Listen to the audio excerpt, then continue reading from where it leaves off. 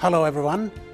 Chairman of the Motu Koita Assembly Miria Ikupu and the National Capital District Commission have not seen eye to eye on a number of issues. Central has been the Assembly's share of funds from City Hall. Ikupu says they are owed over 52 million kina from grants and GST going back a few years. City Hall says it has allocated money where services have been rendered to the people of Motu Koita. If not through the Assembly, then direct to service providers. The whole issue has now been placed in different trays, legal, political, and moral, and that new line that has become part of our conversation, the service delivery tray. At the one end or corner and claiming to be at the lower end of the battlefield is Miria Ikupu, who is our guest on Talk Piksa. Sir, thank you for making time available. Before we get to the services or the lack of them, what about the people? Let's talk about the people and their numbers. There's 10 villages covered by the city boundary, namely the Korabosea villages, Korabosea village, which has now spread to Dogura, the Kilakila village, the Pari village, which has now spread to Taurama, on the other side with Dogura, the Pari itself, the Vabukori village, and the Hanubara. Hanubara is broken into three sectors. That is the Lahara, the Laurabada, and the upper side, the hillside. Okay.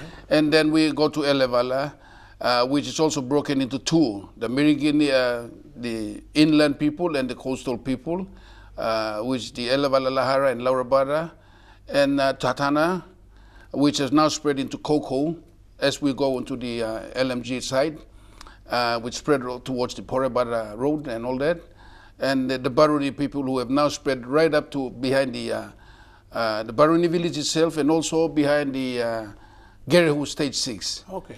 Now, the Motu Koita people spread right up to Gerehu Stage 6 and beyond the Gerehu Stage 6 to Sabus area. Yes, yes. They are traditional landowners. They are traditional Motu Koita landowners of the city. And that's the creation of the Motu Koita Assembly that give them separate status and importance and that kind of thing. How many people are we talking about? At the moment, the last count was in the Electoral Commission was 50,000. We'll be talking about 45 to 50,000 people here. A little bit, if you go beyond the boundaries of the city, then we're talking about 50,000 people.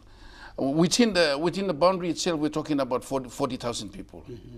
And these people are scattered towards, you have three electorates in the city. The Port Moresby northeast, yes, south, and northwest. They spread, yes. Yeah. And all of those have their own representatives in Parliament and are also providing, I guess, supposed to, services to the people in their own areas? Now, when you said they're represented in the parliament, you're talking about the elected leaders into the parliament? The parliament members. Yes, yes. Yeah. But the Motu Koita people have no representative in the parliament. No, no. Yeah. As part of Moresby Northwest, they have, which is the Moresby Northwest member, Moresby South member, and Moresby Northeast member. Yes, yes. So, okay, that many people and so many services, they're landowners, and the importance was given by the creation of the Motu Koita Assembly, of which you are the chairman and elected by the people. Now, let's just talk a little bit about the Assembly, created by an Act of Parliament, and when you are created like that, obviously there's some importance given to you to do some work. What is your mandated role in there? Okay, my mandated role is four. First of all, I have to look after the people of all the Motu Koita people covered by the Act, and I have to provide services like the government services, healthcare, water services, city village cleaning and all that. I have to look after the land, which is one of the most important things. We have an act which provides us to look after the land. And we have to create business opportunities And then thirdly, we have to provide law and order in the villages. And how have they been, all of those? Well, most of them, it shows it's not very effective at the moment because of the lack of funding. But we had a first inaugural assembly, and things we're shaping things up a bit. You're the establishment authority. We are the establishment authority. It's the beginning of the Motu Koita Assembly. Obviously, there will be things that have to be put up in the proper place at the moment. The funding is the problem, a biggest problem. The legislative power is still not there. Like we have a legislative power to invest, and we have a legislative power to tax people, like a head tax, and we have to collect tax and invest in big investment proposals, things like that. Up to now, we can't invest because, first of all, we have no money. Second, we cannot go into all those mandated areas where we plan to touch and to implement projects, but we don't have the money to do that. But the other thing is you don't have the act in place, the proper legislation in place. You're still looking into that, aren't you? Yes, we have. We're still looking at some unfinished legislative program in that within the Motu Koita Assembly Act. One of the powers is the tax power. Yes. And how do we go about the tax power and the revenue base? Like we have a legislation section where it says that we are there's three sources of our income has to come and support the income that comes from NCDC. Is the tax from the airport, the tax from the harbour, and the tax from the Department of Lands. We have to agree to a percentage of the tax, a percentage figure has to be agreed between the state. How much they hold, how much they give it to the Motu Koita people. Okay. Those are three areas which is untouched at the moment. We have proposals, and we have approved resolution by the Assembly, but it's with the minister for minister to introduce into the Parliament for them to actually enact on them and make them the law so that it goes into the Motu Koita Act.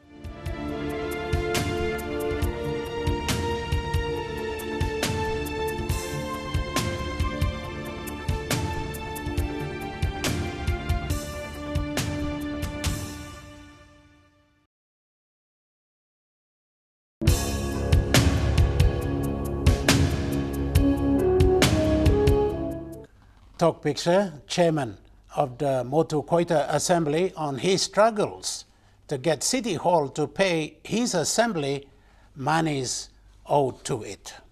Okay, these are what sort of funding you get now? You get grants and you get GST components. Both, you but get both of them.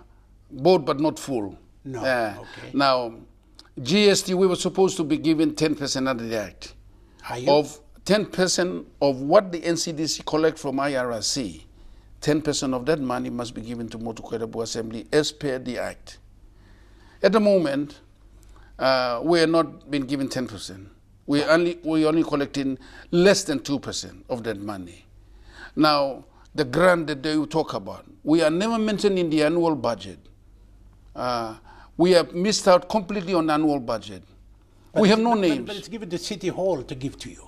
The City Hall is taken up by City Hall, which is about 2 million, 2.51, and the City Hall has to give it to us. At the moment, it's a mixture of maybe that grant and the tax grants, which are supposed to come to us in the form of 10%.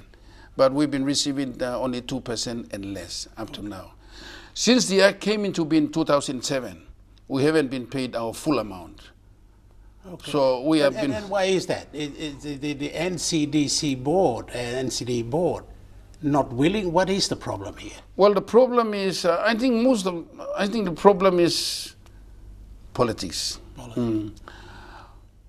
We have made proposal. I have made submission to the board 5 times. I have been promised 5 times, and now that because we cannot. Make a decision, they've approved in principle to pay us our share. But the other question is, you are the deputy chairman of the board, aren't I am you? the deputy chairman of the board. And you are in it, so I mean, obviously, you've got your fingers there. I am the deputy chairman of the board, I'm deputy governor of the city, yes. But there is other commissioners in the board where these matters are discussed and voted upon. Without your presence? with my presence in there, I made submissions. I'm the one who makes submission to the board, and the board, over the years, have seen them, five submissions, and they agreed in principle to pay us. But then they haven't released the money to us. So I don't know the answer, but the answer is, I think it's politically related. Now, there is some problems because the governor, the central province are included in that arrangement, and the Gulf province is included in the arrangement. Of the 10%, the GST? They have their 5% to be given by the NCDC, and the Gulf have to be given, I think it's about 5% too. Central province and Gulf province have to be given 10% each, 5% each, and 10% to Motukoi in a new act. Okay. Amended act.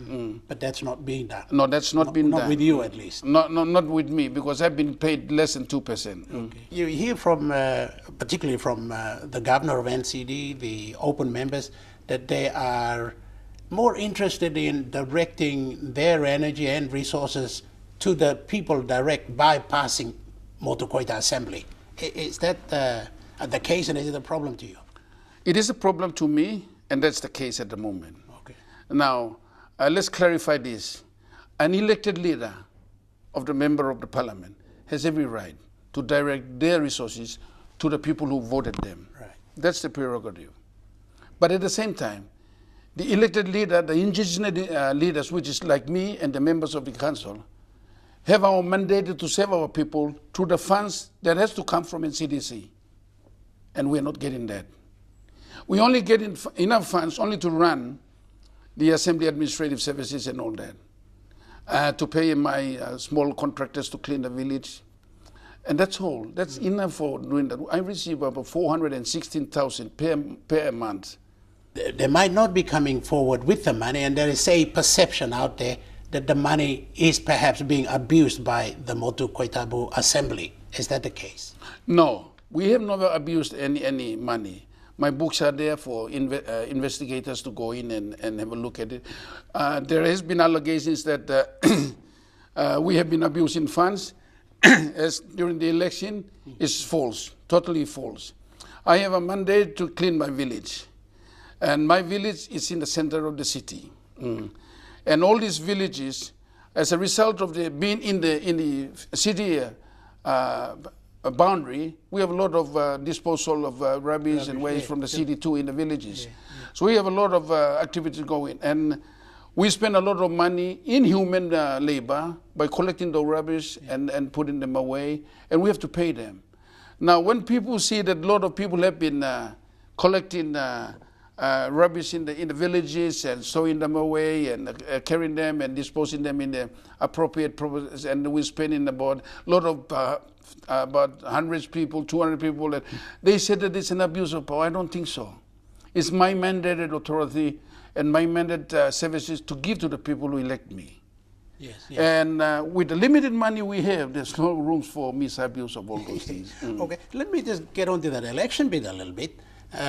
You are elected by your people to represent them in the assembly as chairman.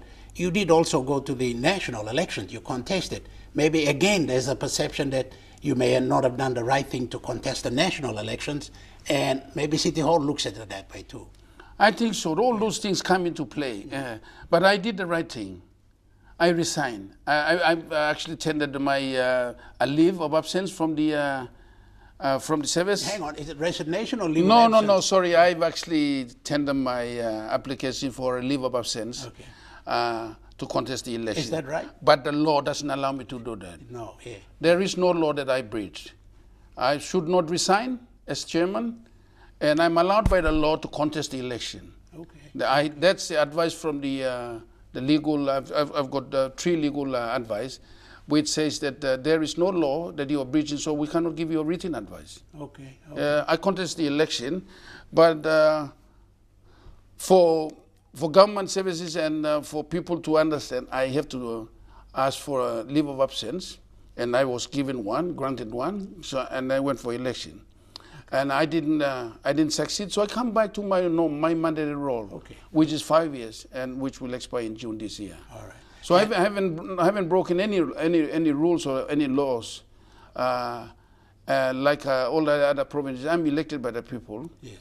And what about the assembly itself now? Members of the assembly, are you all in synchrony? You all united? Are you divided? What's the story there? At the moment, we have there's an infighting in the assembly. That's probably your problem here then. That's my problem. I mean, that's my City problem. Hall is not looking at you guys and giving the money because of the infighting. No, one major factor is the City Hall is involved in that infighting. Oh, okay. Yeah. The City Hall has been mobilizing with the people, with the members who are sidelined at the moment. The members who are sidelined at the moment are because of their fault, because of their wish to fight with me. In regard to the standing order that has been approved by the state minister for state, and as our guidelines, a standing order.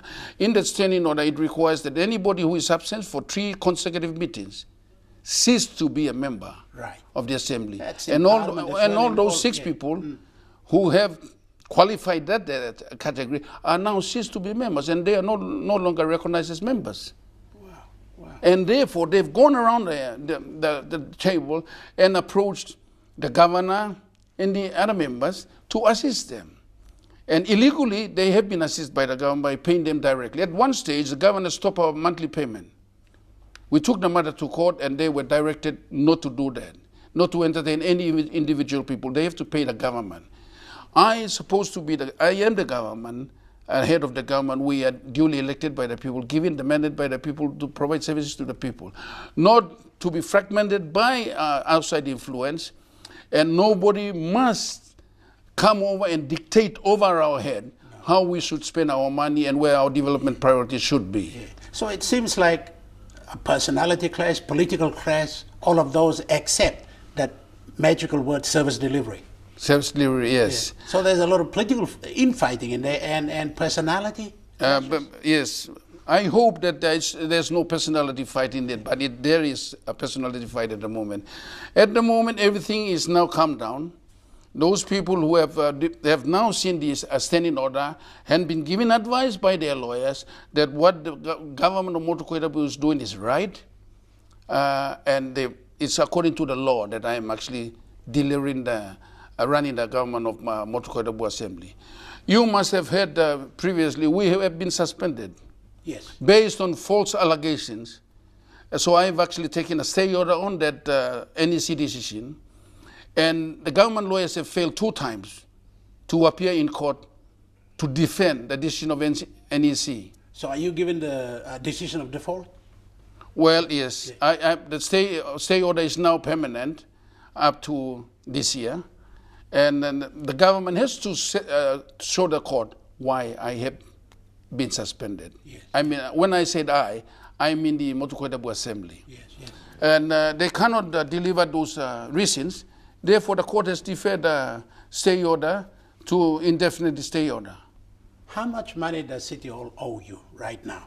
At the moment, the City Hall owes me 52 million plus 125,000. That's the money that they owe. The balance of the money they're supposed to pay us, that's the 10% balance from 2007 up to now. The City Hall owes us 52,125,000. If not all of it, are you getting some? I haven't getting. None of it has been paid to us. That money is still outstanding, and there is a court order which telling City Hall 1 not to hold or withhold monthly money that are paid to Motu. The substantive issue is the 10% balance, which now amount to about 50 million. I'm just wondering about the wording here. Does it have to go to Motu Assembly or can it go to service providers? I tend to think that City Hall is giving money direct to service providers, saying, yep, we've conformed to court decision here. We've given money to service providers to people of Motu. Okay. I would like to do the same. But at the same, my service providers are very small people. It is my Motu Koitabu small contractors, business people, who the most services provided they do is they collect the domestic waste. Those are the services they do. And they are very small business people who have their own tipper, which I pay them monthly. But now I've told them to stand aside and not to do any work, and the garbage are collecting in the villages because I have no money to pay them. Since 2012 October, I've never been paid my monthly grants up to now. I've made it known to the authorities, you have to pay me because Motu Koitabu Assembly cannot provide those garbage collecting services, and the small contractors cannot be paid. They have been laid off.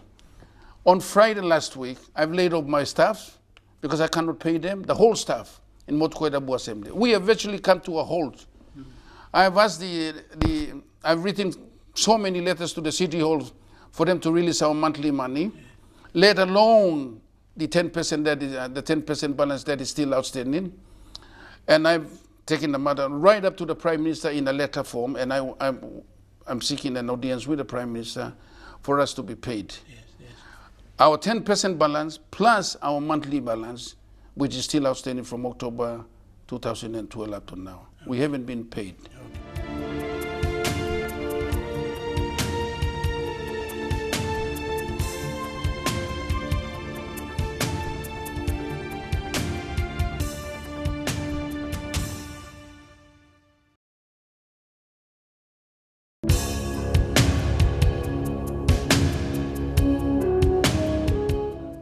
You're back to our interview with Miria Ekupu, the chairman of the Motu Koita Assembly, on services, or the lack of them, to the Motu Koitabuans of the national capital. There's a lot of room for improvements. Since I took as the chairman, I had plans to improve the services in the Motu Koitabu villages and to the people in particular.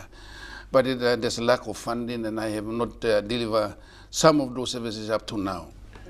All right, Mr. Ekupu, elections are up. You've done your 5 years. Are there projects that you would like to reflect? Are there some things that you can say, yes, I've done this for you? Yes, I want to do that quickly. I'm very happy that I've actually introduced the free education in all Motu Koitabu villages. I paid for all their school fees. In Motu Koitabu villages and out of Motu Koitabu villages, all the Motu Koitabu people and students who have been attending schools, and abroad, like all the other centers like Lay and all those who have attended all those universities, I paid for them. That I can vouch that I've actually achieved that. Because my program was based on hope. Hope stands for health, opportunities, peace and prosperity, and education. Okay. Now, for health, I wanted to establish 2 hospitals, clinics, in the Mosby South and Mosby West to cater for all those villages. I've allocated funds, but then my counter funding never came through, so I didn't implement that. Okay. I wanted to start a cancer unit in the General Hospital as an initiative of Motu Koitabu, which is still going on. And I provided free education for all my, but the only thing that I did not do was that hospital. Okay. And I did not provide all those water services to all the villages because lack of funding. Yeah. So I reflect back on that, but I think I've done enough in the educational front for my people. Yeah. I wish to build all those schools, classrooms and all that, but I've given the money to the schools themselves, and it was their responsibility to use that money wisely. I mean to say that I've actually paid a lot of money in education fees for all the Motu Koitabu children in all the schools in the Motu Koitabu electorate. Okay. Yeah. All right. So I've done that. All right. But on the health side, I did not implement the program that I had because of lack of funding. Okay.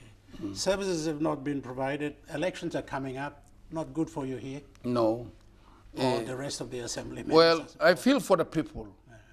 The people have been denied the basic services that I have to provide to them. I have gone out on my own monthly money and started a small water project, which will then spread out to all the Motu Koitabu village, but I have never been assisted by the city hall. I've been not assisted by any members of the parliament.